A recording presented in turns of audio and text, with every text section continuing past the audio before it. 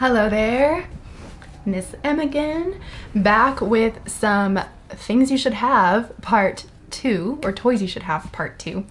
Last week I posted a video about, part 1 of, I can't count, part 1 of toys you should have, where I went over some of the things that you might already have at home, if you're moms and dads, or if you're looking for things that you might bring into your speech pathology classroom that you already have, or if you're looking for some easy things to find on Amazon.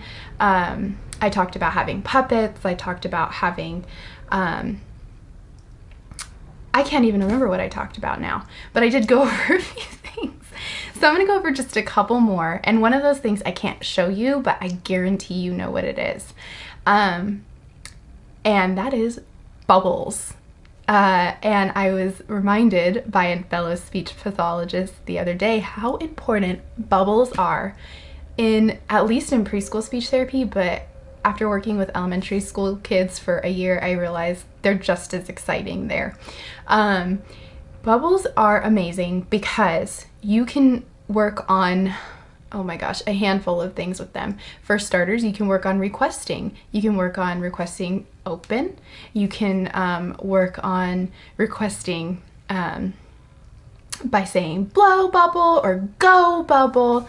You can do a sequencing activity, and something I love to do with my students is I have if you're familiar with Matt and Molly, I have a Matt and Molly story where it's just a series of 3 pictures, and the first picture is, we open the bottle and then we blow bubbles, I have to remember, and then we pop bubbles, right? And there's so many good sounds in there, and you can do that over and over again, because let's pretend this is my bubbles, because I'm the resourceful SLP. If they're closed and first we open, and that's already right there, really great sounds, really great vowels. We got our p in there, so we open the bubbles, right? Open, and we open, and then we might get out our bubble wand. I cracked myself up. We get out our bubble wand and we wait for our child to say blow or blow bubble if you're putting 2 words together, or maybe they're doing just the gesture for you, and they might go and you say, oh, you want me to blow bubble? Okay. Or you might put some expectant waiting in there and say 1, 2, 3 and go, right? And then you blow the bubble. And then what do you do? What's the most fun part about blowing bubbles? Pop. And oh my gosh, all the sounds in that pop, right? You get your initial p, and then your ah, and then your final p. It's amazing.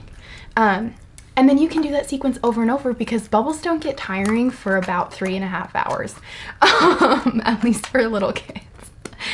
So it's a fun sunny day outside activity, but if you don't mind some bubble solution getting on your floor, do it over the tile in the kitchen or over a counter or something if you have to stay inside for the day.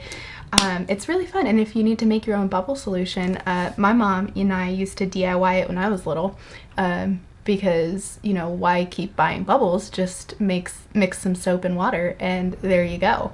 So bubbles. Did I go on long enough about bubbles? They're amazing.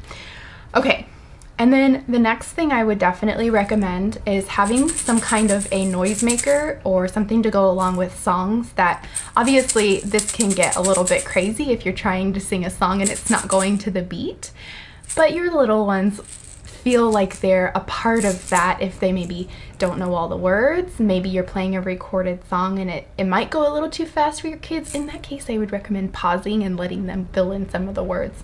Anyways, noisemakers are great, so I always offer them. Now, I don't offer it to every speech group that I have, but I definitely have a variety of things that a child can choose from.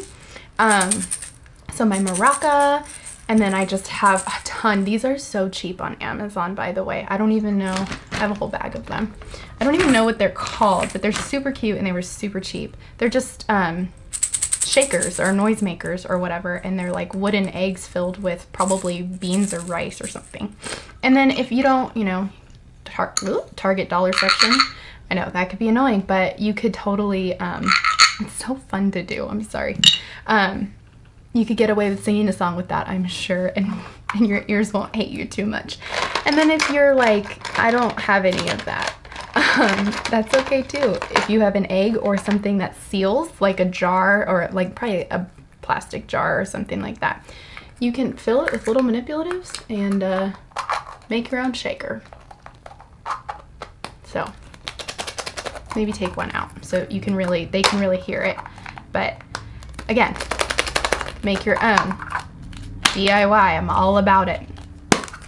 And then, of course, having little manipulatives is such a great idea. I can't find my kitty cat. I have kitty cat somewhere in one of my boxes, but having these is fun. I use these when I do speech sounds because kids are watching them, and then they watch your mouth if you hold it up to your mouth, and it's small enough that it's not too distracting, and they can kind of see everything that's going on. So I have these, and then, or they can choose, I have little frogs, or I have little kitties. I even have little Smurfs. I don't know where I inherited these from, but they were definitely like a hand-me-down type of thing. All right, so thank you for tuning in to part 2. I will have more for you as I go along here and think of the things you might want or need when you're working with your children on their speech and language development. See you next time.